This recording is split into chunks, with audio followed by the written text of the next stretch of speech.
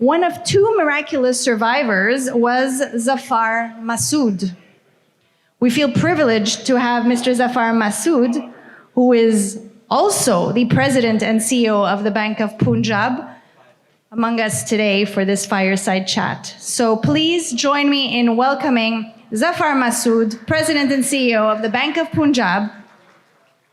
And this interview or fireside chat will be led by our interviewer, Mr. Adnan Rizvi, partner and head of advisory for KPMG Pakistan. Welcome, gentlemen. Assalamu alaikum and a very good afternoon to all of you, ladies and gentlemen. Thank you, Hamza and Terabis, for providing this great opportunity to have a chat with not only a local but now an international celebrity, Zafar Masood. So big round of applause. So I know Zafar Bhai for almost 2 decades now, and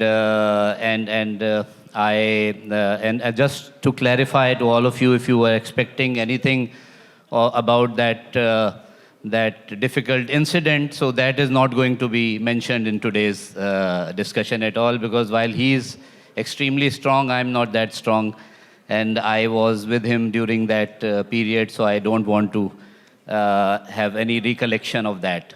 So I consider Zafar Masood to be a financial expert and also a great leader. So the questions I framed are in these two contexts. So Zafar Bhai, first of all, you have been not only mentioned but highlighted. You are the first one to be mentioned in that Master Mentors, which is a very famous now book of Scott Jeffrey Miller. And in that, I think the one key message which he has ascribed to your style of leadership is management by empathy. So just share with our audience briefly as to what exactly is meant by that, and practically how do you put that into effect? Thank you, Adnan. Thank you, Hamza. Thank you to the DG BAP team. I'm really honored and privileged to be here today and given this opportunity to share certain thoughts with you all. And I'm particularly honored that I've been sort of interviewed by none other than Adnan Rizvi, who is one of the best professionals that we have in the industry. I'm expecting certain hard questions from him. He's not an easy guy, as most of you know him. And he started out with a very tricky one as well. Management by empathy is something which I always sort of try and adopt in my management style. But I've been tentative about it. Tentative in the sense, is that the real way of managing people, or is there a better way of managing people? But post my experiences of May 2020, that was kind of reinforced. And now I've come to this conclusion that this is the best way to go. Management by empathy is at times misconstrued as something where you tend to be too soft on your management style. Not true at all. It's reinforcing the merit-oriented culture.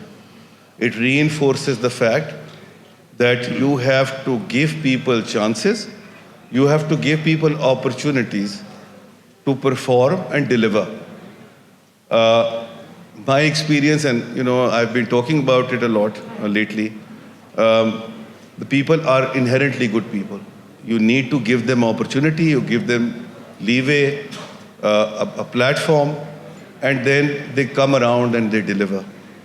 And the idea is that you give them the training, you give them the exposure, and if they don't deliver, then perhaps you have to take certain difficult decisions, because if you don't do that, you are actually not being empathetic with those people who are delivering, because you will be giving the benefit to these people at the expense of those who are actually delivering. Right. And this has been my motto now as far as the management of people is concerned. And it's delivering, to be honest. Indeed, indeed, we can all see that. So you spent your formative years in Citibank, and then you moved to DIB and Borgen, the private sector primarily. And then you directly stepped into National Savings, which can be the most extreme of the government That's right. organizations. Yes. And after that, Bank of Punjab. So what was your motivation of going towards these organizations, which I don't think any private sector professional even considers? Yeah. Yes, after working for, and I call it 360-degree experience. So it was already 270 degrees. Then I decided to go for National Savings. I worked for Citi, Barclays, DAB, as you said, and American Express in Pakistan, Middle East, and Africa. And learned a lot in terms of how the governance takes place, how the management is supposed to be done, systems, processes, and everything. Almost 20, 25 years. And then I became an entrepreneur. I set up my own company called Burj Capital, which was successful in its own right. And then I did the consultancy as well. I've been on the board of State Bank of Pakistan for 2 terms. So got the flavor of how the regulator works, what are their constraints, what are their priorities. So given all of that, I thought this is about time for me to pay back, to deliver to these institutions. These institutions are our institution. These institutions are owned by us. They are not owned by any political party.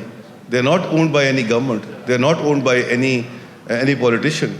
These are our institution, and we have to work towards improvement of these institutions. We have to make that difficult route to get there, and then make sure that you will deploy all your learnings in these institutions for the betterment of these institutions for the country in 2 ways. One, in terms of contributing to the exchequer or reducing the burden on the exchequer, but 2, in terms of public delivery, which is a critical aspect of very purpose and critical aspect of these institutions. And since it's a digital, I'm not saying this because it's the digital conference that I'm sitting in, but digitization remains the cornerstone in both these organizations, and the government still is very averse and not being exposed to the digitization as such. And National Savings, my biggest success, if you ask me, Adnan, has been the completion of automation when I was there, Yeah. and then initiation of the digitization, which took the organization to the next level. And I'm really very proud of it, where National Savings stand today.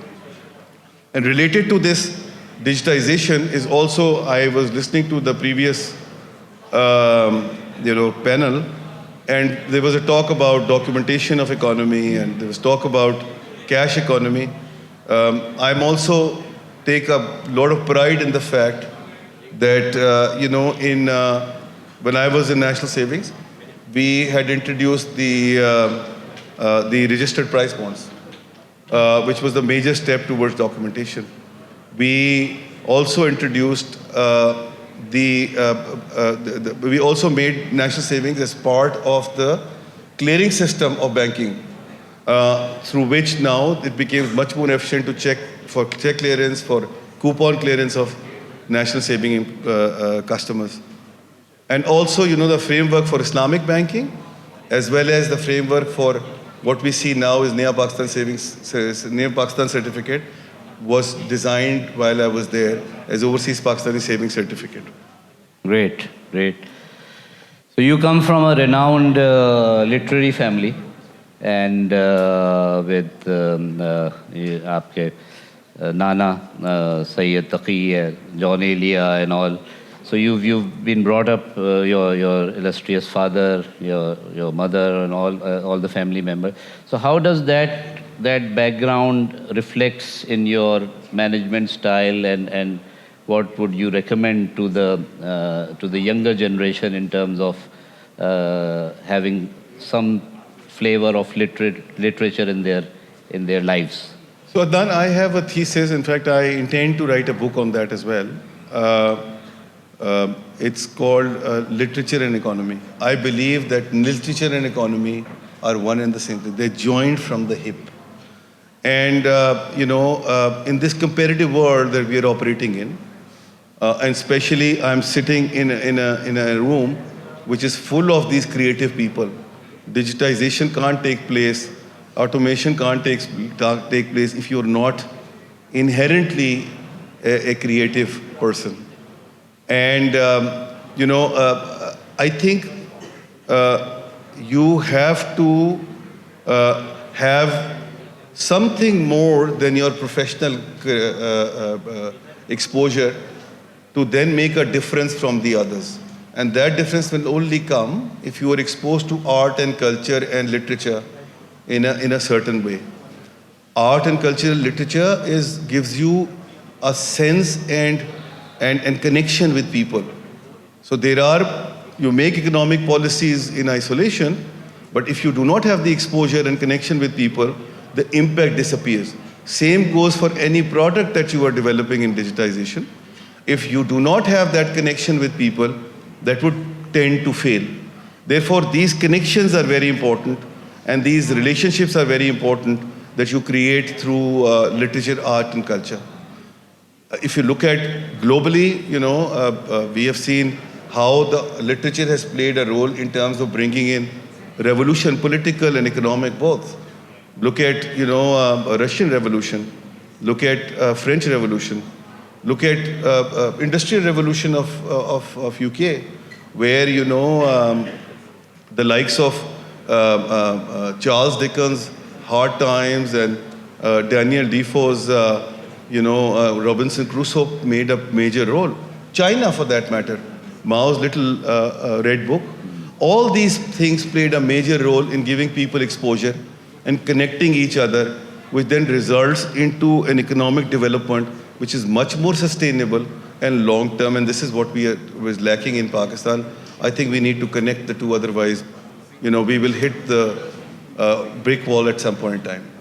And Bank of Punjab is doing an excellent job in promoting Thank you very much. Thank you. Literature and culture.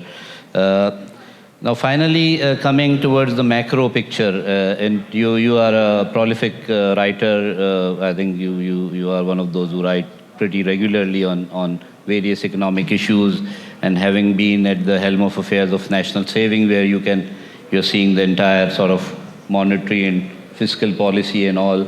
So I think, if just for the benefit of the audience, if you were to take charge of the economy, what are the 3 key steps you will take, or you would suggest the incumbent to take?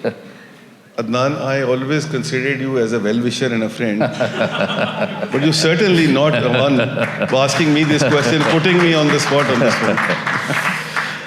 The problem is that, our problems our issues are mammoth. They're enormous. And, confining them to 3 will be an even big task and a half, to be honest. But since you've already put me on the spot, let me try and figure out what those 3 areas could be. So if I were to think and start, then, and I've always advocated it, is the fact that, I think we need to make our institutions more independent, and I'm particularly referring to our regulators. Our regulators currently are, for example, under line management. They have to be made independent. We have to get the best talent from the market to run these organizations. Until and unless we do that, we will have a problem at hand. And there are certain entities which are ripe for privatization. And if I look at the entities, top 10 entities which are a drain on public sector, on public exchequer, 8 of them are definitely a right candidate for privatization. These are the Pakistan Steels of the world and the DISCOs. The two remaining behind are PIA and National Highway Authority. Both of them could be, could also be prepared for privatization, but I personally think there is a viability gap fund which is required for this. The kind of business they're involved in, they can't be privatized right away until unless you have a viability gap fund at the government level ready. Restructured initially. Absolutely. That's the given point. Then on the second one, I would tend to take a crack on our existing fiscal policy. On the fiscal policy side, there's a social contract needs to be rewritten. I will, because of paucity of time, I will not get into the details of it, but on the fiscal policy side, we need to see and critically evaluate our subsidies structure. And those subsidies have to be routed towards primarily two areas. One, to the vulnerable sector, and two, for those sectors where you can generate export liquidity, whether that's a bigger problem for us. And therefore, and we also need to look at, while at the fiscal element, of our existing arrangement with the provinces and their capacity building. The problem is that the provinces has the most critical, in my mind, the control on education, but they don't have the capacity. Even if you increase which I believe we should, increase the budget on the education side, let's say double it from where it is today, the problem is on the capacity side. So it's a chicken and egg situation, and we have to work on both of them. Last but not the least, yes, and in fact it's coming from, I came across this article this morning from Shahid Kardar Saab, is trimming on the government size. I think the size of the government with the use of technology can be reduced substantially. And it's not just that. We also need to look at the existing compensation structures and HR and accountability. Let me repeat, accountability policies. They should not be unreasonable. Making a regulator independent, let them run with the accountability rather than somebody else who does not understand these businesses and dynamics of these businesses. So therefore, you need to reduce the government, use of technology there, reduce the size of the government, use of technology there, bringing in, change the HR policies, accountability policies, procedures, and you need to get certain technicians in the technical ministries like power, like energy, which is petroleum, and that's where Subject matter experts. and then you have to respect their opinion also. So lastly, in nutshell, the public-private partnership, both in terms of collaboration at the policy level as well as at the HR level, is the most essential of these are the three I could think of, Adnan. Thank you very much. I think it's very comprehensive, and thank you for your overall comments, and I'm sure the audience must have benefited from that.